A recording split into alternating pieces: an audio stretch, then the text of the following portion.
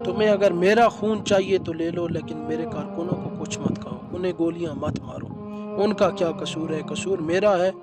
मेरा खून अगर तुम्हें चाहिए तो मैं गिरफ्तारी देने के लिए तैयार हूँ। ये उस मर्द कलंदर के अल्फाज थे, अल्लामा हाफिज साद हुसैन रिजवी, जिन्हें हम लोग पहले कायद मिल्लत इस्लामिया, जानशीन अमीरुल मुजाहिदीन और अनस भाई को अक्स अमीरुल मुजाहिदीन और बाबा जी का नक्श कहने वाले आज हम सब लोग खामोश हो चुके हैं।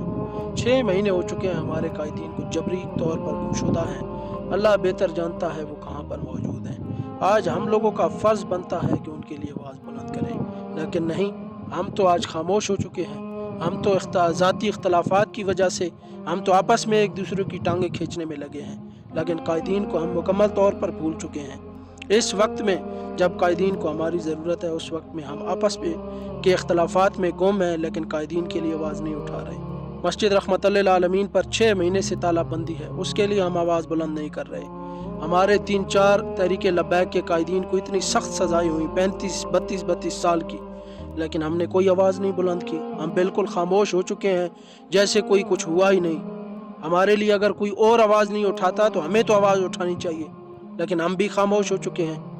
हम दूसरी डीपियाँ लगाकर दूसरी की वीडियो शेयर करने में लगे हैं, लेकिन अपने कायदीन के लिए ज़ाती तौर पर कोई बंदा भी आवाज़ नहीं उठा रहा। अगर याद रखें, अगर आज आपने आवाज़ ना उठाई तो ये कायदीन कभी भी आपको वापस नहीं मिलेंगे। और इस तरह अगर आपने खामोशी, हर जगह पर खामोशी सादिर की, तो और भी कई कारकुनों को, कई कायदीन को इतनी बड़ी सज़ाएं होंगी जो आप सोच भी नहीं सकते। खुदारा आपसे गुजारिश है, रिक्वेस्ट है कि अब भी मौका है, आवाज़ बुलंद करें। जहाँ तक मुमकिन हो सके आवाज़ बुलंद करें, ये खामोशी बिल्कुल तोड़ें।